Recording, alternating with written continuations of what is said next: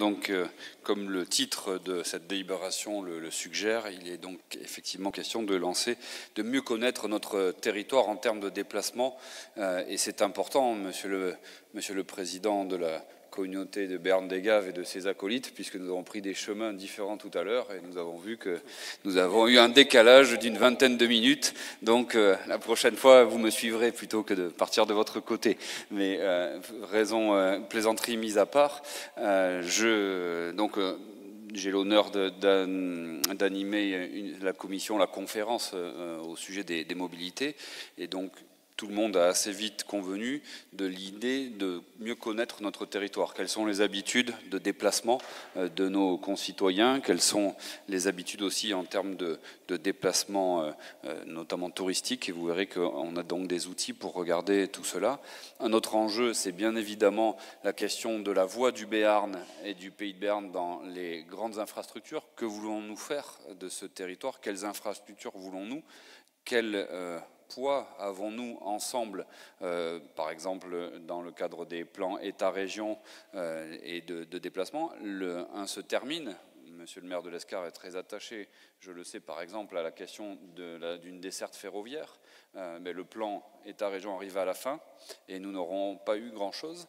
Donc il faut absolument peser, ça montre qu'il faut peser, même s'il n'est pas trop tard, on aura l'occasion d'y reparler. Et monsieur le président du pôle métropolitain vous proposera des initiatives très vite, ne serait-ce qu'au sujet d'études à engager par la SNCF sur ce point-là. Mais ça prouve bien qu'à l'échelle du pôle métropolitain, nous devons avoir le poids nécessaire pour peser face à la région, à l'État notamment en termes d'infrastructure. Alors donc cette étude on vous propose, et puis dernier enjeu fort, il y a une loi mobilité qui va arriver, qui est en discussion au plan national et je crois qu'elle a démarré là, au niveau du Parlement. La discussion parlementaire a démarré sur cette loi mobilité importante, dont l'un des enjeux va être pour non pas l'agglo de Pau, mais les autres EPCI du pôle métropolitain, de devoir en septembre 2020, si je dis pas de bêtises, se positionner, c'est-à-dire au lendemain du renouvellement électoral, ça n'aura échappé à personne.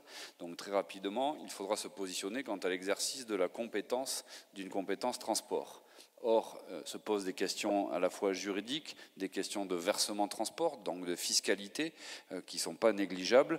Donc, sans rentrer ce soir dans ces détails, on en a parlé en commission, ma chère collègue, qui est toujours présente et assidue.